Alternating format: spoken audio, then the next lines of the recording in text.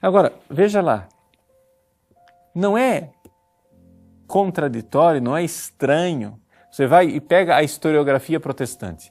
Basicamente, todos os protestantes dizem o seguinte, que a igreja verdadeira, a igreja boa, a igreja maravilhosa, a igreja impoluta, a igreja que não se perverteu, é a igreja até Constantino.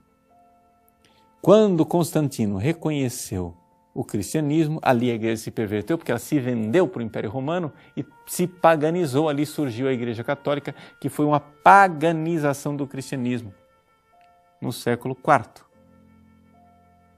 Mas espera lá, meu irmãozinho, não é estranho, não é muito estranho, que exatamente a época que você diz que a Igreja Católica se perverteu foi a época que nos deu o Novo Testamento?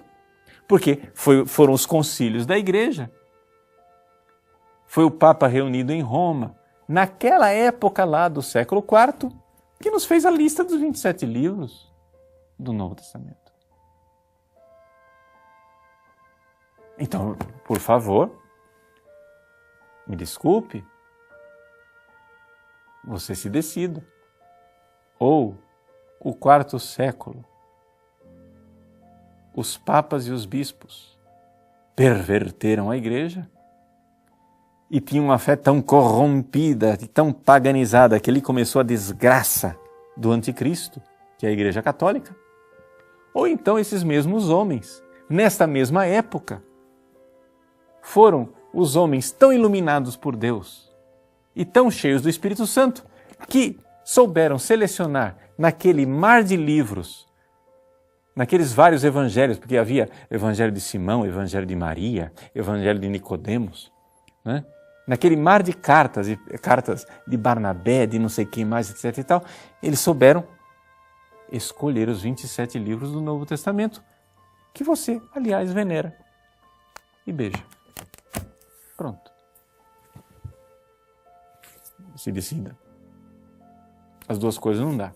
Aí depois que estava tudo escrito, durante mais 200 anos, houve debates para saber quais eram os livros da Bíblia. Marcião queria pôr poucos. Os gnósticos queriam pôr muitos. A igreja, então, quando finalmente vem a época constantiniana e ela consegue fazer concílios, ela decide, bate na mesa e diz, parou a briga, são só esses 27.